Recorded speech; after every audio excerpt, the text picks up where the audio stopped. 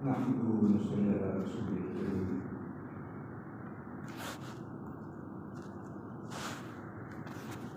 अऊज़ु बिल्लाहि मिनश शैतानिर रजीम। बिस्मिल्लाहिर रहमानिर रहीम।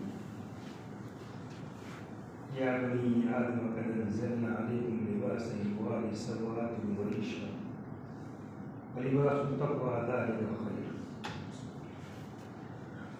अन इब्न अब्बास अन नबी सल्लल्लाहु अलैहि वसल्लम क़ाल अल्बिसू मिन थियाबिकुमुल बियाज़ फ़इन्नहा मिन खैरि थियाबिकुम व कफ़्फ़िरू फ़ीहा मौताकुम।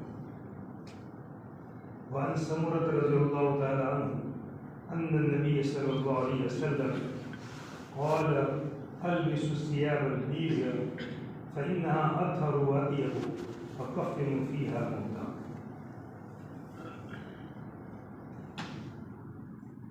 जिसका जिसके अंदर तीन बड़े बड़े गुनाह जिक्र किए गए थे, उस गुनाह से अपने आप को क्या करे, बचा। ग़ीबत, चुगली, ग़ीबत बड़े गुनाह हैं। इससे अपने आप को क्या करे, बचा। ग़ीबत न करे, किसी की चुगली न करे और अपने आप को बड़ा न समझे, बल्कि तवाज़ु के साथ। आज की मजलिस का जो मौजू है लिबास के बारे में। लिबास इंसान को कैसा पहनना चाहिए, लिबास के क्या उसूल है, क्या कवानीन शरीयत है, इस कवानीन को हमें समझना है, शरीय उसूलों को हमें समझना है लिबास के बारे में। सबसे पहले हमें बात ज़ानशीन कर लेते। दुनिया सिजनुल मुमिन जन्नतुल काफिर। ये दुनिया मोमिन के लिए कैद खाना है और काफिर के लिए जन्नत है। कैद खाने के अंदर दो चीज़ें पाई जाती है। एक तो वहाँ के उसूल का पाबंद आदमी को रहना पड़ता है। जो चाहे वो नहीं खा सकता है, जो चाहे नहीं पहन सकता है। पहनने के उसूल उसी कपड़े को पहनना पड़ेगा जो लोग पहनाएंगे। खाने के अंदर वही खाना पड़ेगा जो लोग खिलाएंगे। और कैद खाने में किसी की तबीयत दबती नहीं, चाहे कितने ही साल उसको कैद रखा जाए, मगर वो आदमी को पूछा जाए मुझे कैसे निकलना है तो फ़ौरन क्या कहेगा, अब मुझे कैसे निकलना है। चाहे 20 साल हो जाए, 25 साल कैद खाने के ज़माने में गुजर जाए, मगर किसी की तबीयत वहाँ पर दबती नहीं। और दुनिया काफिर के लिए क्या है, जन्नत। बाग के अंदर तो पाबंदियाँ नहीं होती है, टहलता है, फिरता है, घूमता है आदमी। और बाग के अंदर आदमी की हर एक की तबीयत लगती है कि भाई ये वही रहे, जावेद यहाँ कुछ मजबूरियाँ होती है, निकलना पड़ता है। बाकी आदमी की तबीयत ये चाहती है कि बाग में क्या होते रहे, घूमते रहे। तो दुनिया ये काफिर के लिए क्या है, जन्नत। कोई इस दुनिया में क्या लगा जाता है, जी लगा जाता है। कोई कवानी की पाबंदी नहीं, जिस तरह चाहे ज़िंदगी बसर करता है काफिर। और मोमिन के लिए दुनिया क्या कह दिया गया, कैद खाना है। जिस तरह अल्लाह ताला ने अहकामात दिए हैं उन अहकामात पर चलना पड़ेगा। चाहे वो चीज़ें अकाईद की लाइन से हो, इबादत की लाइन की हो, मामलात की लाइन की हो, माशरत की लाइन की हो और अखलाकियात की लाइन की चीज़ें, किसी भी लाइन की चीज़ें हो, मगर उसमें आदमी को शरीयत के कवानीन का क्या रहना पड़ेगा, पाबंद रहना पड़ेगा। जिससे कैद खाने के अंदर आदमी पाबंद रहता है, इसी तरह दुनिया के अंदर भी आदमी को पाबंद रहना पड़ेगा। और दुनिया इंसान के लिए, मोमिन के लिए, ईमान वाले के लिए जी लगाने की जगह नहीं है, या जी लगा दे दुनिया के अंदर। ये तो आर्जी है, वक्ती है, पार होना है। माँ के पेट से निकला था और कब्र के पेट में जाना है, बीच में ये रास्ता पार करना है। जो माँ के पेट से निकल करके कब्र के पेट में जाना है, इस रास्ते को, दुनिया वाले रास्ते को क्या करना है, पार करना है, या उसको जी लगाना नहीं। तो मुसलमान आदमी, ईमान वाला आदमी दुनिया में जी नहीं लगाता है। उसकी तवज्जो पूरी किसकी तरफ होती है, आखिरत की तरफ। दुनिया में जो भी आदमी काम करता है वो किसके लिए करता है, आखिरत के लिए, कि आखिरत के अंदर मेरा क्या हो जाए, फ़ायदा हो जाए। चाहे इबादत के लाइन की चीज़ें हो, मामलात की लाइन की चीज़ें हो, कोई भी हो, आदमी जो कुछ भी करता है तवज्जो किसकी तरफ रहती है, आखिरत की तरफ। और इस तरह रहना भी चाहिए मोमिन आदमी को कि पूरी तवज्जो किसकी तरफ हो, आखिरत की तरफ। हर ऐसा काम करे कि जिससे आखिरत में उसको क्या मिले, ऊंचा दर्जा मिले, तरक्की मिले, ऐसे काम इंसान को करना चाहिए। अब इन्हीं अहकामात के अंदर से एक हुक्म किसके बारे में है, लिबास के बारे में। लिबास के अंदर भी शरीयत ने कुछ पाबंदियाँ लगाई है, कुछ उसूल बनाए हैं। उन उसूल का पाबंद इंसान को रहना पड़ेगा और उसके मातहत अपने बदन का लिबास पहनना पड़ेगा। जानवरों के लिए अल्लाह ताला ने लिबास बनाया है और उनका लिबास कैसा है, उनके जिस्म के साथ लगा दिया है। उनके खाले उनके लिए क्या है, लिबास है। अच्छे अच्छे खाले, आला किस्म की, बड़े बड़े बाल होते हैं, तो बालों के जरिए से अपने क्या करते हैं, हिफाजत करते हैं सर्दी से, गर्मी से। अल्लाह ताला ने हर एक जिस माहौल के अंदर और जिस एरिए के अंदर जंगली जानवर होते हैं, अगर ठंडे वाले इलाके के अंदर होते हैं तो उनकी खालें मोटी होती है, बाल बड़े बड़े होते हैं, अगर ठंडी से अपने आप को बचा सके वो। और गर्म मुल्क के अंदर जानवर होते हैं, उनकी खालें बारीक हुआ करती है, बाल ज़्यादा मिकदार में नहीं होते हैं, कम मिकदार के अंदर होते हैं, जिससे आदमी गर्मी के अंदर ये जानवर रह सके। तो हर तरह के अल्लाह ताला ने जानवर बनाए हैं और उनका लिबास उनके साथ क्या कर दिया है, लागू कर दिया है, उसके साथ लगा दिया है। मगर इंसान को अपना लिबास अलग से पहनना पड़ता है। जिस्म अलग चीज़ है और लिबास एक अलग चीज़ है। मुस्तकिल लिबास इंसान क्या करता है, पहनता है। तो लिबास पहनने के बारे में 4 उसूल ध्यान में रखें। कितने उसूल? 4। आयत के अंदर जो कहा गया और 4 उसूल। लिबास सातिर होना चाहिए। लिबास कैसा होना चाहिए? सातिर, जिस्म को छुपाने वाला, सातिर सतर को छुपाने वाला होना चाहिए। दूसरी चीज, लिबास ऐसा होना चाहिए कि जो आराइश के लिए हो, आसाइश के लिए हो, नुमाइश के लिए न हो। आसाइश, आराम के लिए, लोगों खुद को अच्छा नजर आवे कि मैं कपड़ा कैसा पहनूं जो मुझे अच्छा लगे, अच्छा नजर आवे मुझे, तो अपनी सहूलत के लिए, गर्मी सर्दी के एतबार से, मगर लोगों को दिखाने के लिए नहीं। 2 शर्तें हुई। तीसरी शर्त, वो लिबास ऐसा होना चाहिए जो तशब्बुह से खाली होना चाहिए, तशब्बुह से खाली होना चाहिए। चौथी शर्त लिबास के लिए, इस लिबास के जरिए से किब्र और तकब्बुर आदमी के अंदर नहीं आना चाहिए। चाहे वो ताठी पहने, तशब्बुह, समझाता हूँ, 4 चीज अलग अलग समझाता हूँ। देखिए आयत के अंदर अल्लाह ताला ने क्या फरमाया, या बनी आदम कद अंज़लना अलैकुम लिबासन युवारी सवातुम व रीश। ऐ बनी आदम, ऐ आदम के औलाद, हमने तुम्हारे लिए लिबास उतारा। अल्लाह ताला क्या फरमाते हैं, हमने तुम्हारे लिए लिबास उतारा। हालांकि लिबास डाली आसमान से उतरता नहीं है, वो तो चीज़ों से बनता है, रुई से बनता है, रेशम से बनता है, तरह तरह के कपड़े तैयार होते हैं। और अल्लाह ताला क्या फरमाते हैं, हमने तुम्हारे लिए क्या उतारा, लिबास उतारा। इसलिए कि लिबास जो तैयार होता है वो रुई से तैयार होता है। ज़्यादातर जो कपड़े तैयार होते हैं किससे तैयार होते हैं, रुई से। कपास जिसको बोया जाता है और कपास के अंदर क्या आती है, रुई आती है, रुई से कपड़े तैयार होते हैं। तो ये जो कपास निकलती है कहाँ से निकलती है, ज़मीन से। और ज़मीन के ऊपर जो उगती है तो कैसे उगती है, बारिश की वजह से। तो अल्लाह ताला बारिश आसमान से उतारते हैं। तो बारिश के उतारने की वजह से अल्लाह ताला ने क्या फरमा दिया, हमने तुम पर किसको उतारा, लिबास को उतारा। गोया ये समझो कि डायरेक्ट हमने क्या उतारा, लिबास। असल तो क्या उतारा, बारिश उतारी। असल तो अल्लाह ताला ने क्या उतारी, बारिश। बारिश किस पर पड़ी, जमीन पर पड़ी। उससे सब नबातात तैयार हुए, उससे रुई तैयार हुआ, उससे सब चीजें तैयार हुई और उसी से क्या बनते हैं, कपड़े बनते हैं। जानवरों के खालों से अगर कपड़े तैयार होते हैं, उनके भी बालों से तैयार होते हैं, तो वो भी किससे खुराक हासिल करते हैं, घास दाने से, पानी चारा उनको दिया जाता है। अभी भी अल्लाह ताला किससे तैयार करते हैं, बारिश से। घास चारा भी किससे तैयार होता है, बारिश से। तो अल्लाह ताला बारिश को उतारते हैं। तो बारिश के उतारने की वजह से यहाँ पर किसका जिक्र कर दिया, लिबास का, कि अल्लाह ताला लिबास को तुम्हारे ऊपर क्या करते हैं, उतार दिया, अल्लाह ने लिबास को उतारा।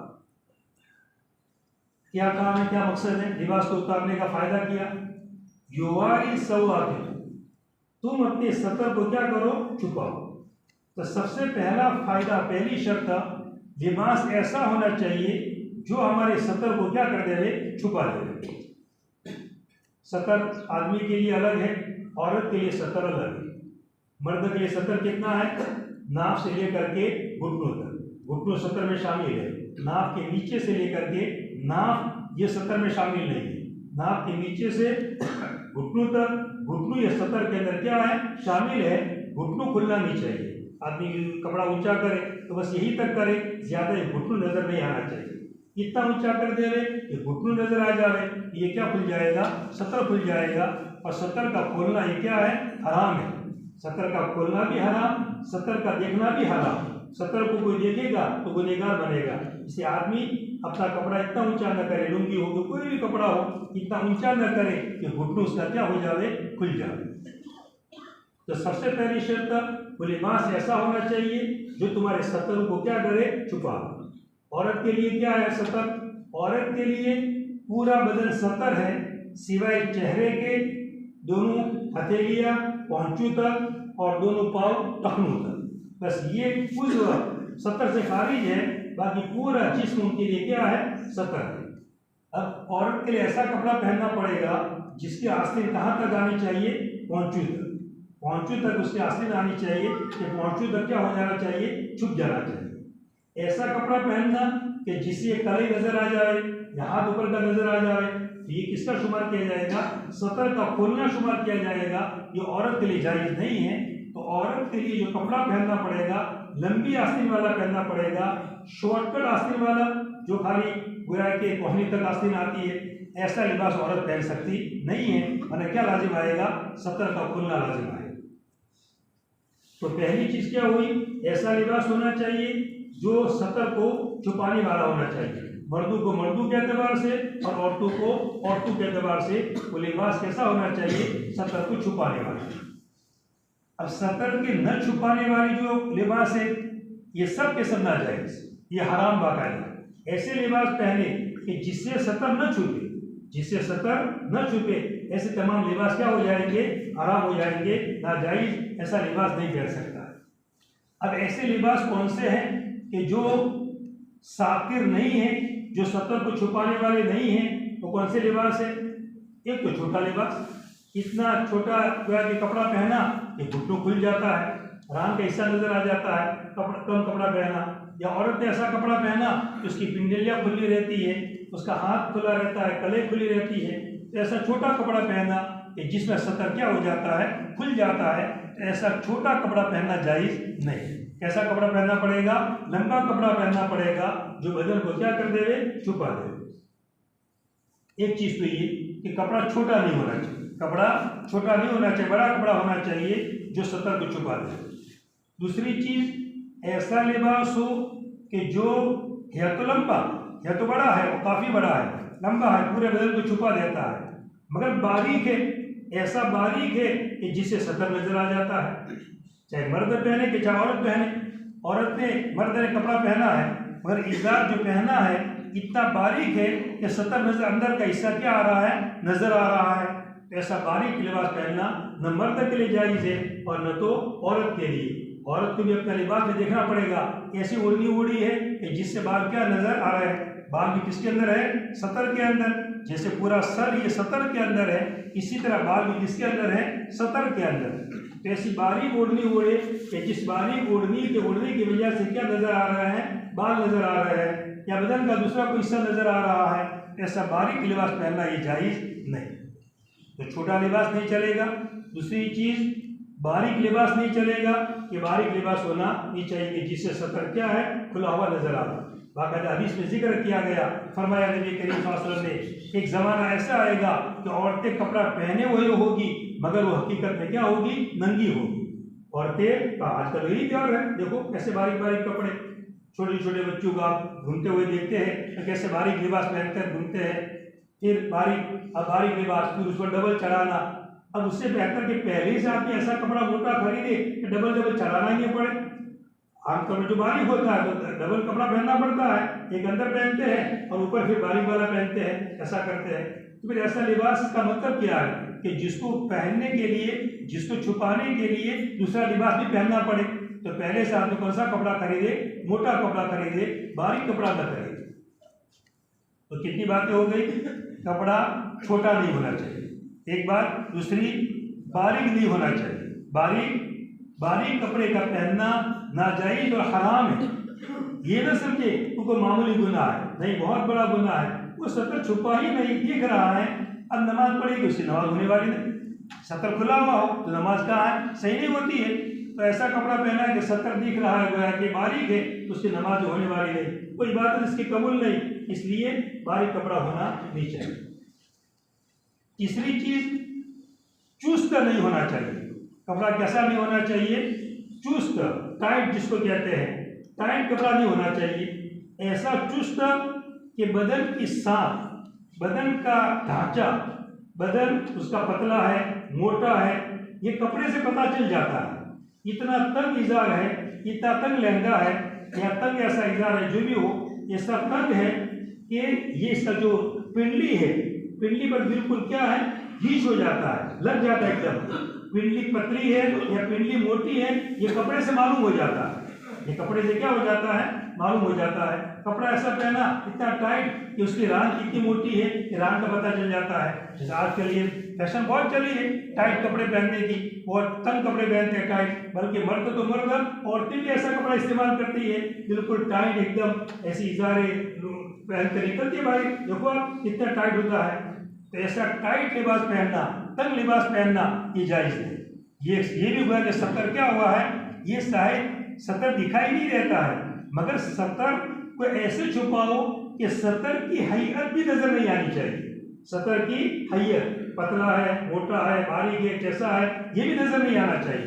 तो टाइट लिबास पहनना ये भी क्या है, नाजायज है। तो पहली जो शर्त है, ऐसा लिबास होना चाहिए जो क्या होना चाहिए, सातिर होना चाहिए। और उसके लिए कितनी चीजें बयान की, 3 चीजें बयान की। एक चीज किया, कपड़ा छोटा नहीं होना चाहिए। नंबर 2, बारीक नहीं होना चाहिए। नंबर 3, टाइट नहीं होना चाहिए, चुस्त नहीं होना चाहिए, बल्कि चौड़ा होना चाहिए। इज़ार पहने तो चौड़ा पहने, बहुत चौड़ा भी नहीं। आजकल भी कुछ साल पहले ऐसी फैशन निकली थी कि चौड़े चौड़े पहनते थे, आज फैशन बदल गई है। देखो, लिबास में आदमी अगर सुन्नत का इत्तिबा करे कि नबी करीम सल्लल्लाहु अलैहि वसल्लम ने, सहाबे किराम ने, औलिया अल्लाह ने, अच्छे लोगों ने, नेक लोगों ने कैसा लिबास पहना है, ऐसा लिबास आदमी अगर इख्तियार करे तो ये बदलेगा नहीं। फैशन तो कैसी चीज होती रहती है, बदलती रहती है। सभी फैशन ये होता है, एक दफा गला ऐसे पूरे सीधे सीधे गले होते थे, अब आजकल गला क्या है, थोड़ा काट देते हैं, थोड़ा कम करते हैं ना, आज ऐसा निकलता है। बात गले ऐसे बिल्कुल सीधे सीधे भी आते हैं, अलग अलग तरह के। फैशन बदलती रहती है, मगर आपकी सही तरीके पर चले तो एक कपड़ा आदमी एक चीज छोड़ करके एक लिबास पहनता था, अब एक लिबास छोड़ करके दूसरे लिबास पर गया, तो क्यों दूसरे लिबास पर गया वो, इसका मतलब है किसका दिल ज्यादा है, फैशन का दिल ज्यादा है। पहले फैशन ऐसी थी कि ऐसा पहनता था, अब फैशन बदल गई तो अपने कपड़े का दिखाओ उसने क्या कर दिया, बदल दिया। नहीं, हमने जो भी लिबास इख्तियार किया, हम एक लिबास पर चलते हैं। दुनिया में कोई भी लिबास इस्तेमाल करे, मगर हम हमारे लिबास को बदलेंगे नहीं। तो कितनी बातें हो गई। पहली शर्त जो है, लिबास कैसा होना चाहिए, सातिर, सतर को छुपाने वाला। उसके खिलाफ कितने लिबास बयान किए मैंने, 3 लिबास उसके खिलाफ बयान किए। जो सातिर नहीं है, जो सातिर यानी छुपाने वाला, जो छुपाने वाला नहीं है। और सा कौन सा लिबास, छोटा लिबास, बारीक लिबास और तंग लिबास, चुस्त लिबास, ये सातिर के खिलाफ है। इसलिए ऐसा आदमी लिबास इस्तेमाल, ये कोई छोटा गुनाह नहीं है, बहुत बड़ा गुनाह है। आदमी इसको कोई गुनाह ही नहीं समझता है। आजकल तंग कपड़े पहन करके औरतें भी घूमती है, लड़कियां भी घूमती है, लोग भी तंग कपड़े पहनकर घूमते हैं। ये गुनाह की चीज है ऐसा तंग पहनना। इसलिए हमारा इजार, हमारा सलवार, हमारा पतलून या कोई भी चीज हो तो क्या होना चाहिए, चौड़ा होना चाहिए। 3 बातें मालूम हुई। एक शर्त कपड़े के अंदर ये भी है कि टखनों से ऊंचा होना चाहिए मर्दों के लिए। औरतों का कोई मसला नहीं, औरतें नीचे पहनेगी, टखन छुप जाएगा, अच्छा है उनके लिए, टखनों को छुपा कर वो रखिए। बाकी मर्दों के लिए कानून ये है कि अपना कपड़ा कैसा होना चाहिए, टखनों से ऊपर। ये भी लिबास के अंदर क्या है, शर्त है। 2 हदीसें जिक्र की गई, अगर कोई आदमी अपना इज़ार, अपनी लुंगी, अपना कुर्ता, जैसे बाद वो अरबी कुर्ते पहनते हैं ना, अरब वाले पहनते ऐसा, मगर वो भी कैसा होता है, बाद दफा नीचे होता है, टखनों तक आ जाता है, टखनों छूट जावे तो हदीस के अंदर 2 वईदें बयान की गई। एक वईद तो ये बयान की गई, ऐसे शख्स की तरफ अल्लाह ताला रहमत की निगाह नहीं करेगी, जो इस तरह लिबास पहनता है कि टखनों से क्या करता है, नीचे लटकाता है, तो अल्लाह ताला उसकी तरफ रहमत की निगाह नहीं करेंगे, अल्लाह ताला की रहमत से उसको क्या कर देंगे, दूर कर देंगे। दूसरी चीज कि वो हिस्सा जो टखनों के नीचे जाएगा वो कहाँ जलेगा, जहन्नम के अंदर जलेगा। वैलुल लिल आका, वैलुल लिल आका, वो कपड़ा जो टखने से नीचे जा रहा है उसके लिए हलाकत ही, उसके लिए हलाकत। वैल के माना हलाकत है, या फिर मुराद वैल से एक जहन्नम की वादी है, जहन्नम की एक वादी है, उस वादी के अंदर इसको क्या किया जाएगा, डाला जाएगा। तो टखनों से नीचे हमारा इज़ार होना, कोई भी इज़ार हो के, पतलून हो के, लहंगा हो के, कोई भी चीज़ हो, अरबी जुब्बा हो के, कोई भी हो, टखनों से नीचे जाना नहीं चाहिए। हम लोग आमतौर पर क्या करते हैं, जब नमाज के लिए आते हैं तो हम इज़ार को क्या कर देते हैं, ऊंचा कर देते हैं कि नमाज में ऊंचा कर दो। हालांकि इसका ताल्लुक नमाज से कोई नहीं है, नमाज से कोई मसला है ना। ऐसा थोड़ा है कि अगर नमाज के अंदर नीचा पहना आपने तो नमाज नहीं होगी आपकी, नमाज तो अपनी, वो गुनाह अपनी जगह अलग है। कपड़ा टखनों के नीचे ले जाना वो नमाज का मसला, उससे कोई ताल्लुक नहीं है कि नमाज उसी वक्त होगी कि टखना खुला रहेगा, और टखना खुला नहीं रहेगा नमाज नहीं होगी, इससे कोई मतलब नहीं है। नमाज के अंदर भी गुनाह है और नमाज के बाहर भी गुनाह है। इसीलिए उलमा ने 2 गुनाह ऐसे लिखे हैं जो बगैर हमेशा का गुनाह होता रहता है। एक तो यही गुनाह जो इज़ार टखनों के नीचे है, और एक दाढ़ी गंदा होना, दाढ़ी कटवाना। अब ये दाढ़ी कटवाना ऐसा गुनाह है, फरिश्ते हमेशा बार बार उसको क्या करते रहते हैं, लिखते रहते हैं। इज़ार टखनों के नीचे पहना, अब जब तक टखनों के नीचे है फरिश्ते गुनाह लिखते रहते हैं, हर वक्त गुनाह उसका लिखा जाता है। इसलिए हमारे इज़ार, हमारे पख्तून की खबर रखे आदमी कि अपना टखनों के नीचे जाना नहीं चाहिए, ऐसा पहले से सिला है। असल हम तो आमतौर पर आजकल क्या रिवाज हो गया है, तैयार कपड़े लाने का, लोग सिलाते नहीं है, अक्सर क्या करते हैं, दुकानों से खरीद लेते हैं। अब वो कभी छोटा भी होता है, कभी बड़ा भी होता है। अब बड़ा होता है, टखनों के नीचे जाता है, उसको कौन सही करे, उसको सही कर देना चाहिए, अपने घर लाकर इसका थोड़ा हिस्सा काट देना चाहिए, और काट करके उसको सी करके घर ठीक ठाक बना देना चाहिए। इसके कपड़े में ये भी शर्त है कि टखनों के नीचे, ये हराम है, गुनाह कबीरा है। हज़रत सुलह हुदैबिया का वाक़या आपने पढ़ा होगा, जो सन हिजरी 6 में जो वाक़या पेश आया, सुलह हुदैबिया का वाक़या।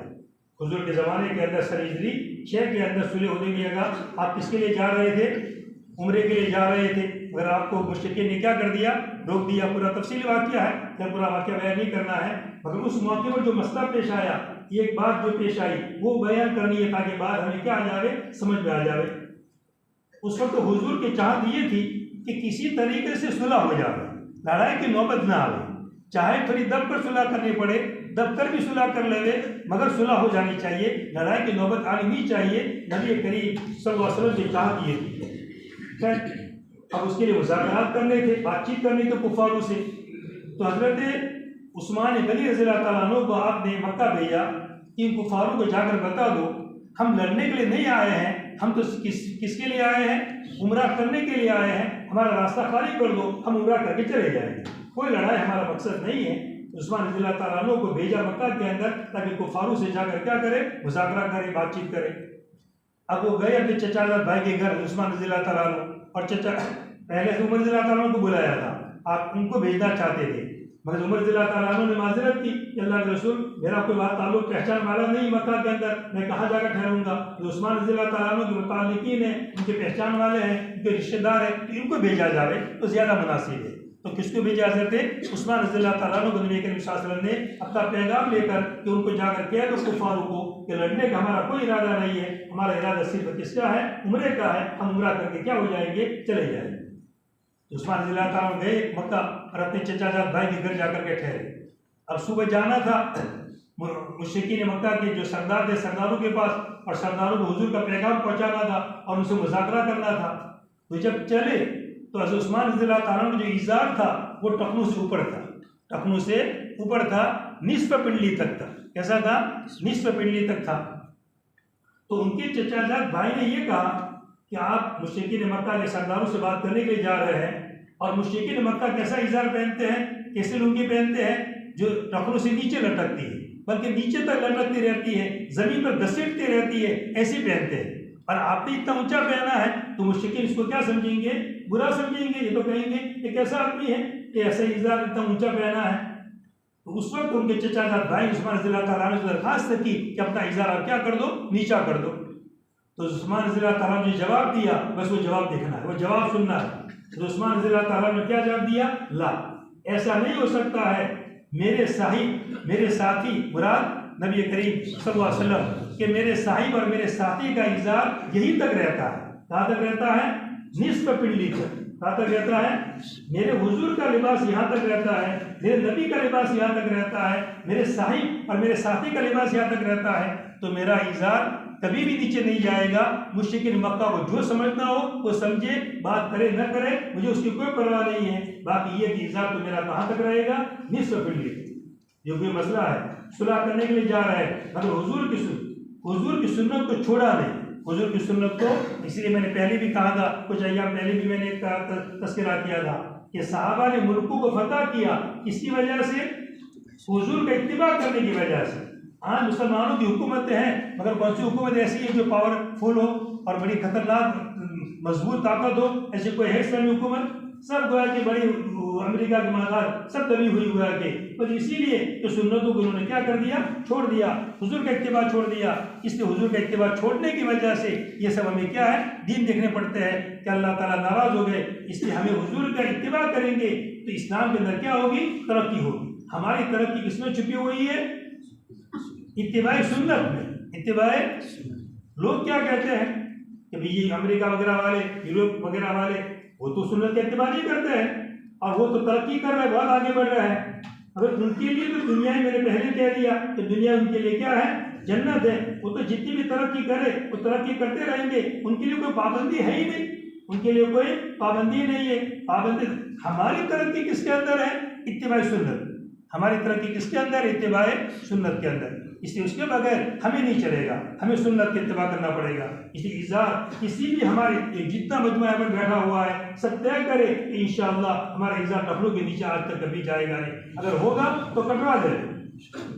हज़रत मुफ्ती महमूदुल हसन साहब गंगोई रहमतुल्लाह अलैह, जिनका इंतकाल अफ्रीका में हुआ था, जिनका इंतकाल, बड़े बुजुर्ग थे मुफ्ती महमूदुल हसन साहब, हमारे उस्ताद भी है, उनके पास हमने किताबें भी पढ़ी। उनका भी एक दफ़ा इज़ार सिलवाया, तो इज़ार सिला तो ज़रा थोड़ा लंबा सिल गया, टखनों के नीचे चला जाता था, लंबा सिल दिया सिलने वाले ने। तो घर पर बच्चों को कहा कि ज़रा उसको ठीक कर दो, ऊंचा कर दो, उसको ठीक कर दो उसको, कपड़ों को। तो बच्चों ने जल्दी ठीक नहीं किया, तो कातर मंगवाई और नीचे से क्या कर दिया? काट दिया, ताकि अगर कोई कहेगा तो तुम बदनाम होंगे कि उनकी बच्चियाँ कैसी है, इसको ठीक भी नहीं करती है, तो काट दिया। अब ऑटोमेटिक बच्चों को क्या करना पड़ा? सही करना पड़ा। इसलिए नीचे अगर हो तो उसको क्या कर देवे? काट देवा, काट करके धागा वागा लगा दे, कुछ कर देवा, ठीक ठाक कर देवे। बाकी इज़ार टखनों से नीचे बिल्कुल जाना नहीं चाहिए। हम इसको क्या समझे? हराम समझे, गुनाह समझे।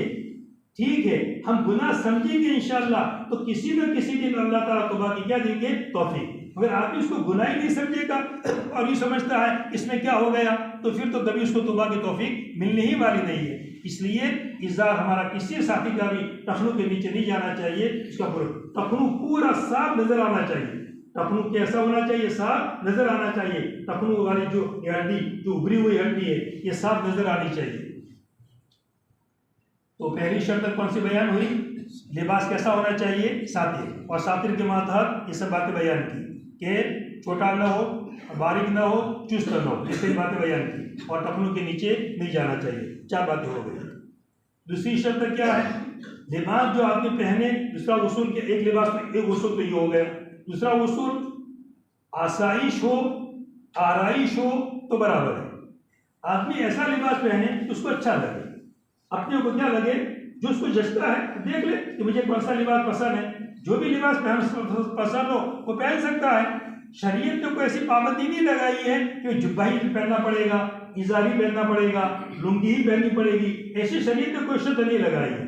तो पख्तून पहनो तो भी कोई हरज नहीं है, इजार पहनो तो भी कोई हरज नहीं है, लुंगी पहनो तो कोई भी, मगर शर्तें वही जो मैंने पहले कर दिया। पख्तून पहने तो वही शर्त रहेगी जो मैंने पहले बयान कर दी है, शर्तें बदलेंगी नहीं, चाहे इजार पहनो या चाहे पख्तून पहनो या लहंगा पहनो, कोई भी पहनो, मगर शर्तें वही रहेगी। तो ऐसा लिबास इस्तेमाल करे जो आदमी को कैसा लगे, अच्छा लगे। मालदार है, अल्लाह ने उसको माल और दौलत दिया, अच्छा लिबास पहने, कोई पाबंदी नहीं है। बल्कि एक हदीस में जिक्र किया गया कि नबी करीम सल्लल्लाहु अलैहि वसल्लम ने एक साहबी हुजूर के पास आए और उनका लिबास फटा पुराना था, बहुत ही नीचे दर्जे का था। तो हुजूर ने पूछा, क्या तुम्हारे पास माल नहीं है? तो कहा, मेरे पास माल है। फरमाया, कौन सा माल है? तो कहा, ऊंट भी है, घोड़े भी है, बकरियां भी है, हर तरह का माल मेरे पास है। तो आपने फिर क्या फरमाया, उसका असर दिखाई देना चाहिए कि अल्लाह ने माल दिया है तो तुम्हें ऐसा लिबास क्यों पहना है, फटा पुराना? अच्छा लिबास पहनना चाहिए। मगर आदमी अपनी हैसियत देख करके खर्चा करे। पहले भी मैंने कह दिया कि खर्च करना ही अपने इख्तियार में है। अब कपड़ा 80 रुपये मीटर भी मिलेगा, 100 रुपये मीटर भी मिलेगा, 500 रुपये मीटर भी मिलेगा।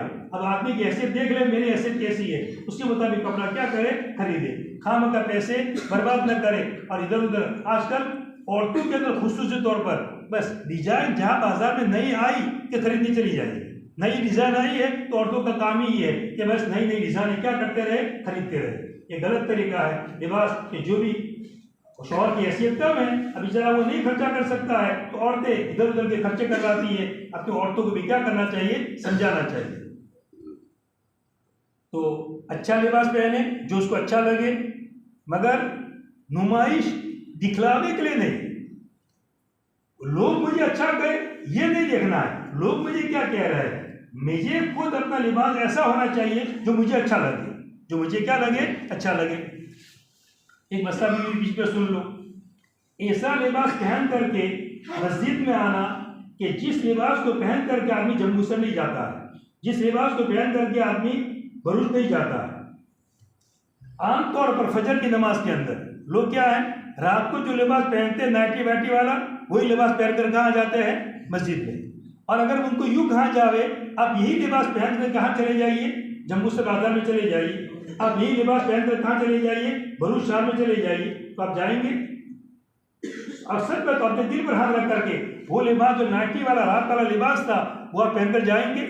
तो फजर में अल्लाह के दरबार के अंदर हम कैसे आ जाते हैं? कितनी बड़ी गुनाह की चीज़ है ये। मकरूह तहरीमी है, मकरूह तहरीमी है ऐसा लिबास पहन करके मस्जिद में आना कि जिस लिबास को पहन करके हम बाजार नहीं जा सकते हैं, लोगों के सामने नहीं जा सकते हैं, तो ऐसा लिबास पहन करके अल्लाह के दरबार में आना ये भी क्या है, मकरूह है।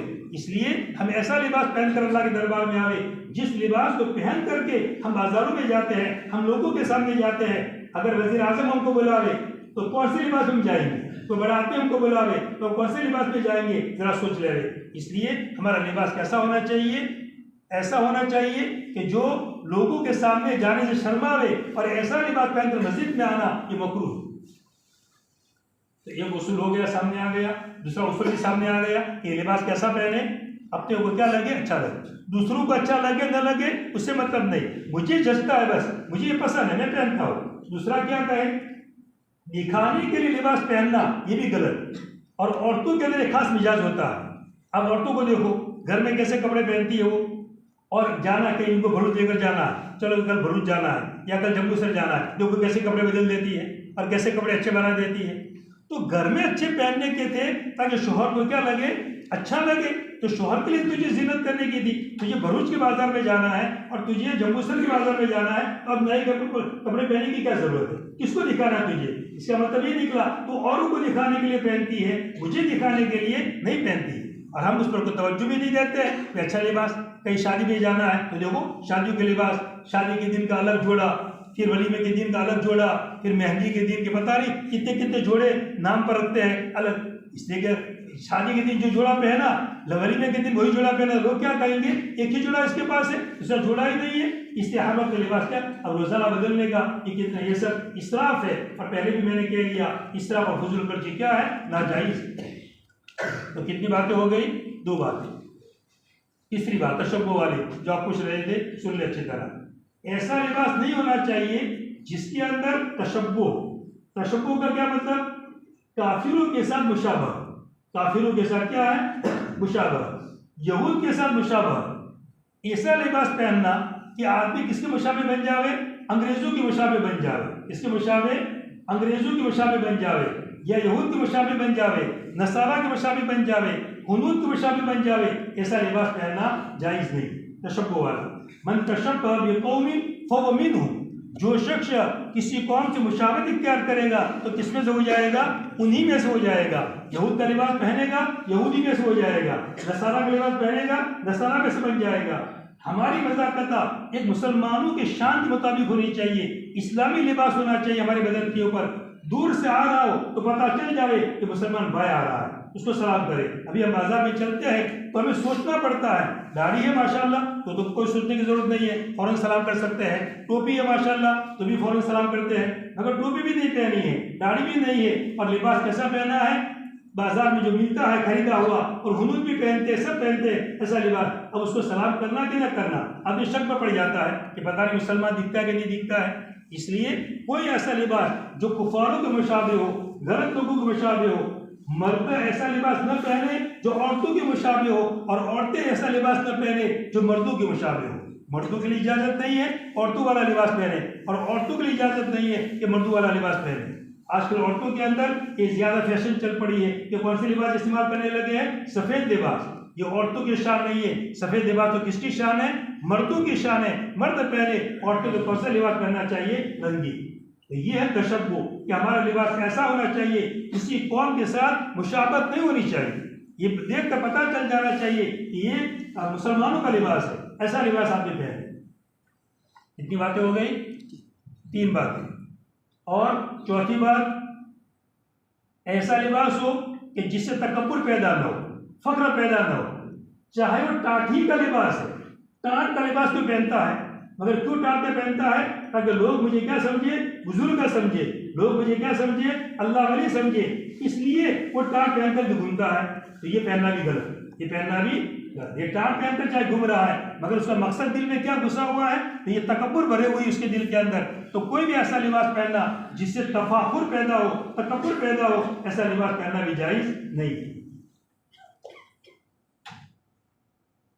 अच्छा, तो हमने तुम पर लिबास उतारा ताकि अपने सतर को क्या करो? छुपाओ। वरीशा, और तुम्हारे लिए रीश, रीश का असल माना है पर। परिंदे की जो खूबसूरती है वो किससे नजर आती है? परों से। पर हो तो कैसा अच्छा लगता है, और पर न हो तो कैसा लगेगा वो परिंदा। तो ये तुम्हारे लिए लिबास है जो जीनत का जरिया है कि तुम इससे क्या इख्तियार करो? जीनत इख्तियार करो। खुजू जीनतकुम इंद कुल्लि मस्जिद, अपनी जीनत को ले लो हर मस्जिद के वक्त, यानी नमाज में जाते वक्त। जब आदमी नमाज के अंदर आवे, अच्छा लिबास पहन करके आवे, इत्र लगा करके आवे, खुशबू लगा करके आवे। अल्लाह के एक इस्तेज़ार और ध्यान होना चाहिए कि मैं अल्लाह के दरबार में जा रहा हूँ, मैं अल्लाह के दरबार में जा रहा हूँ। इसलिए कौन से कपड़े पहन करके आवे? अच्छे से अच्छे। बल्कि मैं तो ये कहता हूँ, अगर कोई आदमी का पास फुर्सत है तो मस्जिद का लिबास अलग ही होना चाहिए, स्पेशल एक लिबास होना चाहिए, एक जोड़ा अलग होना चाहिए। जब भी न मस्जिद में आवे वो लिबास पहन करके आवे। मुअत्तर घर जाकर लिबास निकाल दे रहे।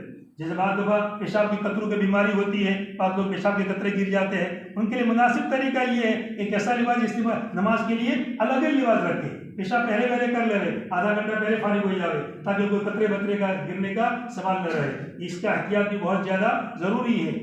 पेट्रोल वाले वगैरह के अंदर पेशाब जैसा खुलकर होना चाहिए, ऐसा खुल करके नहीं होता है। इज़ार में जितना खुल करके होता है, बदन टाइट रहता है इसके अंदर।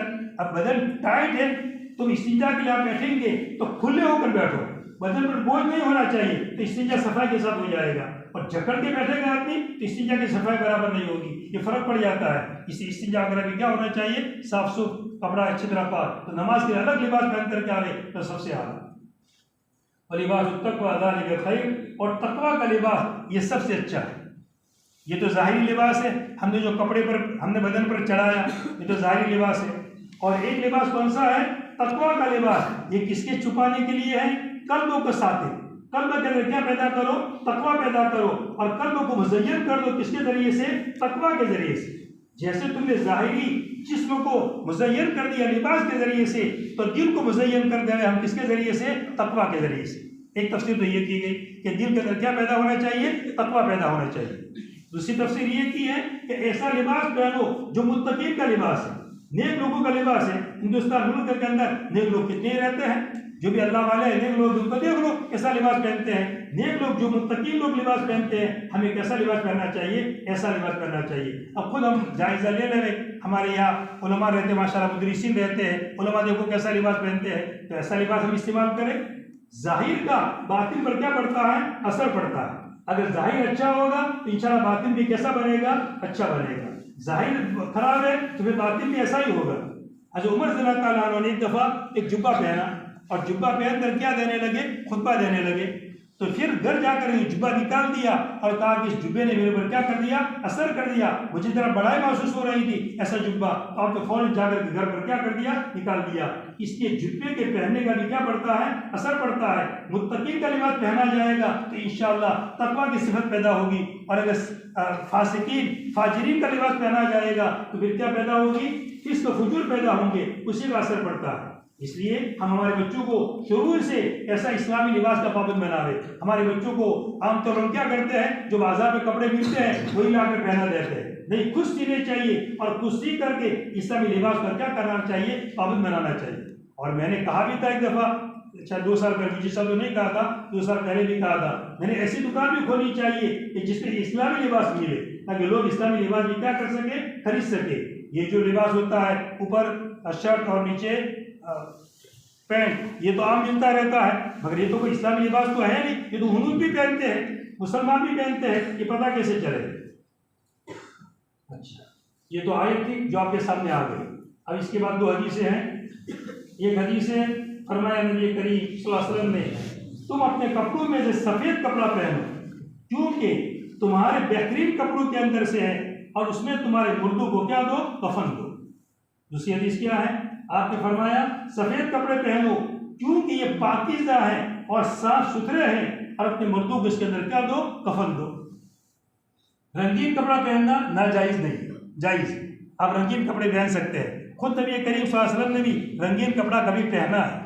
सुर्ख का धारीदार कपड़ा, पूरा सुर्ख नहीं, लकीरें बनी हुई थी, सुर्ख धारीदार लकीरें बनी हुई थी। ऐसा यमन की चादर आती थी जो सुर्ख धारीदार होती थी। खुद नबी करीम सल्लल्लाहु अलैहि वसल्लम ने ऐसा कपड़ा पहना है। सब्ज कपड़ा भी आपने पहना है, सब्ज नीला कलर, सब्ज कलर का भी आपने कपड़ा पहना है। तो रंगीन पहनना, कपड़ा पहनना भी आपसे साबित है। तो रंगीन कपड़ा पहनना कोई नाजायज नहीं। हाँ, मगर अच्छा जो आपने पसंद किया नबी करीम सल्लल्लाहु अलैहि वसल्लम ने, वो कौन सा लिबास पसंद किया, सफेद। तो कौन सा इस्तेमाल करो, सफेद। अगर किसी ने रंगीन पहना तो ये कोई नाजायज और हराम नहीं है। बाकी अच्छा ये है कि कौन सा कपड़ा पहने, सफेद। ये सफेद कपड़ा पाक साफ रहने वाला है और पाकीज़ा है।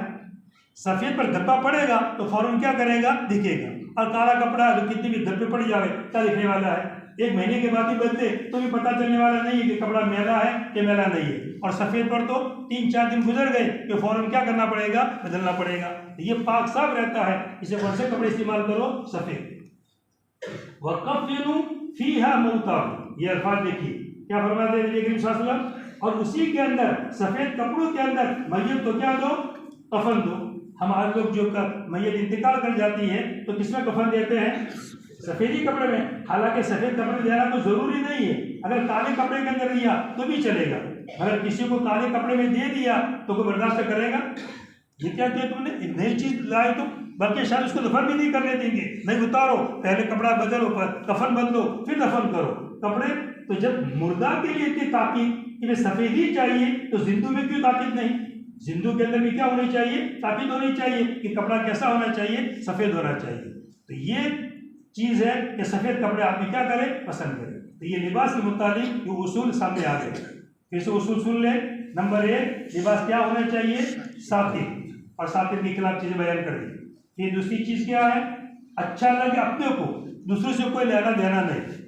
तीसरी शर्त, किसी के मुशाबे नहीं होना चाहिए, न मर्दों की मुशाबे, न मर्द औरतों की मुशाबे न पहने, औरतें मर्दों की मुशाबे न पहने। इसलिए औरतें सफेद कपड़े जो पहनती है ये बहुत ही गलत। हाँ, सफेद कपड़ा मगर अंदर फूल बेटे लगा दिए, अगर फूल लगाया, यहाँ फूल लगा, इधर उधर फूल लगा दिए तो कोई हर्ज नहीं। फिर लेकिन अब वो जो सफेद नहीं रहा बल्कि फूल बेटे लग गए, इसलिए मर्द तो फूल बेटे वाले नहीं पहनते हैं, मर्द थोड़ा फूल लगाते हैं, वो तो सीधा सीधा पहनेंगे। और औरतों ने क्या लगा दिया, फूल लगा दिए। तो फूल लगा दिए जिससे फौरन एक कपड़ा लटका हुआ है तो आदमी देख करके पता चल जाना चाहिए कि औरत का लिबास है कि मर्द का लिबास है। कपड़ा देखकर ही समझ में आ जाना चाहिए। अगर समझ में नहीं आ रहा है तो गोया कि इसका मतलब ये निकला कि किसके मुशाबे हो गया, मर्दों की मुशाबे हो गया या औरतों की मुशाबे हो गया। ऐसा लिबास नहीं चाहिए। तो ये अच्छा लगे और तशब्बुह नहीं होनी चाहिए किसी के साथ। और चौथी, तकब्बुर नहीं आना चाहिए। लिबास में अंदर क्या नहीं आना चाहिए? तकब्बुर। और इज़ार टखनों के नीचे नहीं जाना चाहिए। अभी उसूल हम खुद इसको याद देख लेंगे अच्छी तरह। और हमारे लिबास जब हम पहनते हैं उस पर हम दिमाग दौड़ावे। इस शर्तों के खिलाफ तो नहीं है हमारा लिबास। अगर शर्तों के खिलाफ है तो फिर ये गलत है। देखो आस्तीन का भी उसूल है कि नबी करीम सल्लल्लाहु अलैहि वसल्लम जो कपड़ा पहनते थे, कुर्ता, आपने उस जमाने में असल क्या चलता था? चादरें चलती थी। एक ऊपर चादर ओढ़ी जाती थी, एक नीचे चादर पहनी जाती थी। कुर्ता इज़ार उस जमाने में चलता नहीं था मगर बहुत ज्यादा नहीं चलता था, कभी कभी कम चलता था। हुजूर ने कुर्ता भी पहना है और कुर्ते की आस्तीन कहाँ तक रहती थी? पहुंचू तक। से हमारे कितने साथी ऐसे होते हैं कि जो बनियान पहन कर आते हैं और बनियान कहाँ तक रहती है? आधे कोहनी तक रहती है। ये तरीका भी सही नहीं है। वो रहा नमाज में भी ऐसे आ जाते हैं। खैर नमाज नहीं होगी मैं नहीं कहता हूँ, नमाज हो जाएगी, मगर नमाज का अजर सवाब जो मिलना चाहिए वो ऐसा नहीं मिलेगा जितना अच्छा लिबास पहन करके अजर। नमाज आप खुद तजर्बा करें, मैं नहीं कहता हूँ, आप खुद तजर्बा कर लें। एक महीना ऐसा लिबास पहने जो मुत्तकियों का लिबास है, अल्लाह वालों का लिबास है। एक महीना ऐसा लिबास पहने और आप नमाज पढ़े, सब इबादत कीजिए, सब काम कीजिए। फिर एक महीना ऐसा पहनो कि जो फुज्जार और फुस्सा का लिबास है। वो महीना आपका कैसा गुजरता है और वो महीना जो आपने लिबास मुत्तकियों वाला पहना आपका दिन कैसा गुजरता है और कितना सुकून मिलता है, ये खुद तजुर्बा कर लो। मेरे कहने से नहीं, आप खुद एक दिन 2 दिन नहीं, कम से कम 1 महीना पहनो। कितने महीना पहनो? 1 महीना अच्छा लिबास पहन करके और इबादत करो। और फिर अपने जिस्म की कैफियत, अपने कल्ब की कैफियत देखो और फुस्साक और फुज्जार का लिबास पहन करके फिर अपने कल्ब की कैफियत देखो, कितना फर्क पड़ेगा। इंशाल्लाह जरूर आपकी कल्ब के अंदर क्या पड़ेगा? फर्क पड़ेगा। इसलिए हमें लिबास का अंदर कैसा पाबंद होना चाहिए? अच्छे लोगों का लिबास, मुत्तकीन का लिबास। अल्लाह ताला में सी तौफीक नसीब फरमावे। और ये घर सीने के बाद आदत डालो।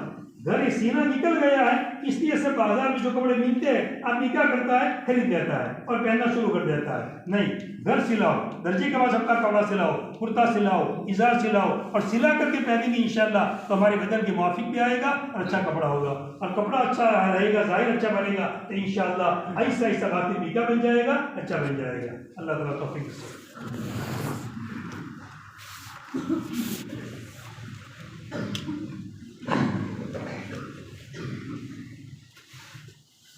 अल्हम्दुलिल्लाहि रब्बिल आलमीन, अल्हम्दुलिल्लाहि रब्बिल आलमीन, अर्रहमानिर रहीम, मालिकि यौमिद्दीन, इय्याका नअबुदु व इय्याका नस्तईन, इहदिनास सिरातल मुस्तक़ीम, सिरातल लज़ीना अनअमता अलैहिम गैरिल मग़्दूबि अलैहिम वलद्दालीन। अल्लाहुम्मा सल्लि अला मुहम्मदिन नबिय्यिल उम्मी व अला आलिहि वसल्लम तस्लीमा। जज़ाकल्लाहु अन्ना मुहम्मदन मअहू सल्लल्लाहु अलैहि वसल्लम। जज़ाकल्लाहु अन्ना मुहम्मदन मअहू सल्लल्लाहु अलैहि वसल्लम। नस्तग़फिरुल्लाहल्लज़ी ला इलाहा इल्ला हुवल क़य्यूम व नतूबु इलैहि। नस्तग़फिरुल्लाहल्लज़ी ला इलाहा इल्ला हुवल क़य्यूम व नतूबु इलैहि। नस्तग़फिरुल्लाहल्लज़ी ला इलाहा इल्ला हुवल क़य्यूम व नतूबु इलैहि। रब्बना आतिना फ़िद दुनिया हसना व फ़िल आखिरति हसना व क़िना अज़ाबन नार व क़िना अज़ाबल क़ब्र व क़िना अज़ाबद्दीन व क़िना अज़ाबद्दीन व क़िना अज़ाबद्दीन। रब्बना ज़लमना अनफुसना व इन लम तग़फिर लना व तरहमना लनकूनन्ना मिनल ख़ासिरीन। अल्लाहुम्मा इन्ना नस्अलुका इल्मन नाफ़िअन व रिज़्क़न वासिअन व शिफ़ाअन मिन कुल्लि दाअ। अल्लाहुम्मा इन्ना नस्अलुका अल-अफ़्व वल आफ़ियता फ़िद दुनिया वल आख़िरह। अल्लाहुम्मा इन्नका अफ़्वुन करीमुन तुहिब्बुल अफ़्व फ़अफ़ु अन्ना या इलाहल आलमीन, या रब्बिल आलमीन, या ज़ल जलाल वल इकराम। या अल्लाह हमारे गुनाहों को माफ़ फरमा दीजिए, छोटे बड़े तमाम गुनाहों को माफ़ फरमा दीजिए। जिस गुनाह को गुनाह समझ कर किया वो भी माफ़ फरमा दीजिए और जो बगैर समझे किए वो भी माफ़ फरमा दीजिए। या अल्लाह रात के अंधेरों में किए हैं, दिन के उजालों में किए हैं, जहाँ भी गुनाह किए वो सब गुनाहों को माफ़ फरमा दीजिए। एक एक गुनाह को माफ़ फरमा दीजिए, हमें बिल्कुल पाक साफ बना दीजिए। आज ही हुआ कि माँ के पेट से पैदा हुए हो, ऐसा हमें पाक साफ बना दीजिए। रमज़ान का महीना चल रहा है, या अल्लाह कीमती महीना चल रहा है, इसमें मफ़रत हुआ कि आप मफ़रत को कबूल करते हैं, आप माफ़ी को कबूल करते हैं। या अल्लाह हमें माफ़ फरमा दीजिए, हमें मफ़रत हमारी फरमा दीजिए। और जितने मुर्दे हमारे कब्र में जा चुके हैं, हमारे रिश्तेदार, हमारे बड़े, हमारे दादा दादी जो कब्र में जा चुके हैं, उनकी कब्रों को नूर से मुनव्वर फरमा दीजिए और उनकी मग़फ़िरत फरमा दीजिए, उनकी मग़फ़िरत फरमा दीजिए। हमें शरई लिबास पहनने की तौफ़ीक नसीब फरमा दीजिए, मुत्तक़ीन का लिबास पहनने की हमें तौफ़ीक नसीब फरमा दीजिए। या अल्लाह नेक लोगों का लिबास हमें पहनने की तौफ़ीक दे दे और हमें नेक बना दे, हमारा ज़ाहिर भी अच्छा बना दे, हमारा बातिन भी अच्छा बना दे।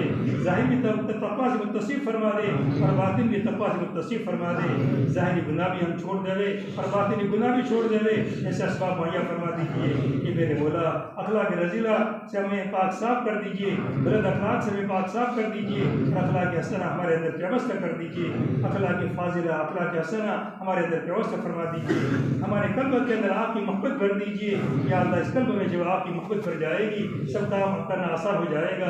या अल्लाह ये कल्ब आपका पैदा किया हुआ है, ये कल्ब आपका बनाया हुआ है, इसमें आप ही समानी चाहिए और कोई इसमें न समावे, दुनिया न समावे, दूसरी चीज़ें न समावे, आप ही की मोहब्बत दिल में समा जावे। या अल्लाह सही तरीके से काम करने की तौफीक नसीब फरमाइए, हमें सारे बना दीजिए, मुत्तकी बना दीजिए, परहेज़गार बना दीजिए, ईद का दाई बना दीजिए, हमें या अल्लाह नेक बना दीजिए, एक बना दीजिए, मुत्तहिद होकर रहना में या अल्लाह सिखा दीजिए। मेरे मौला तमाम लोग जो दीनी काम कर रहे हैं, सबके दरमियान मोहम्मद उल्फत पैदा फरमा दीजिए, सब एक तरीके से मिलकर काम करे। मेरे मौला ये हमारी खानका जो ज़ाहिरी खानका चल रही है, इसको बातिनी खानका बना दे। या अल्लाह सबको नेक और सारे बना दे। ये मजमा रात में बातें सुनने के लिए आता है, मेरे मौला मकसद सिर्फ यही है कि हमारी इस्लाह हो जावे, हर एक अपनी इस्लाह के इरादे से पहुँचता है। या अल्लाह तमाम इस्लाह फरमा दीजिए, सबसे पहले मेरी इस्लाह फरमा दीजिए और तमाम ये मुस्लिमीन जितने लोग जमा हुए हैं, ये सब की इस्लाह फरमा दीजिए। या अल्लाह जो मांगो वो भी इनायत फरमा दीजिए, जो मांगने से रह गए भी इनायत फरमा दीजिए और एक पूरे मजमे के दिल में जो भी जायज़ मकासद हो उसके पूरा होने के लिए दायरा सुनते पैदा फरमा दीजिए। या अल्लाह इस खानका का जो भी ताउन करते हैं हमारी लाई से, दुआ के अतबार से, ज़ाहिरी कामकाज के अतबार से, या अल्लाह किसी तरह भी ताउन करते हो, इन तमाम की माल औलाद जान में बरकत नसीब फरमा, उनकी जायज़ तमन्नाओं को पूरा फरमा।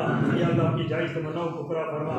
या अल्लाह जो उम्रे और हज के मुतमन्नी है, या अल्लाह उसके असबाब मुहैया फरमा दे, जो उम्रे में चले जावे, हज के लिए चले जावे, उनके असबाब मुहैया फरमा दीजिए। या अल्लाह जो बेघर है उनके घरों का इंतज़ाम फरमा दीजिए। या अल्लाह जो बगैर शादी के हैं उनके शादी का इंतज़ाम फरमा दीजिए। या अल्लाह हमारी दुआओं को अपने फज़ल व करम से कबूल फरमा लीजिए। या अल्लाह आप हमारी दुआ कबूल फरमा लेंगे, हमारा बेड़ा पार हो जाएगा, हमारा काम बन जाएगा।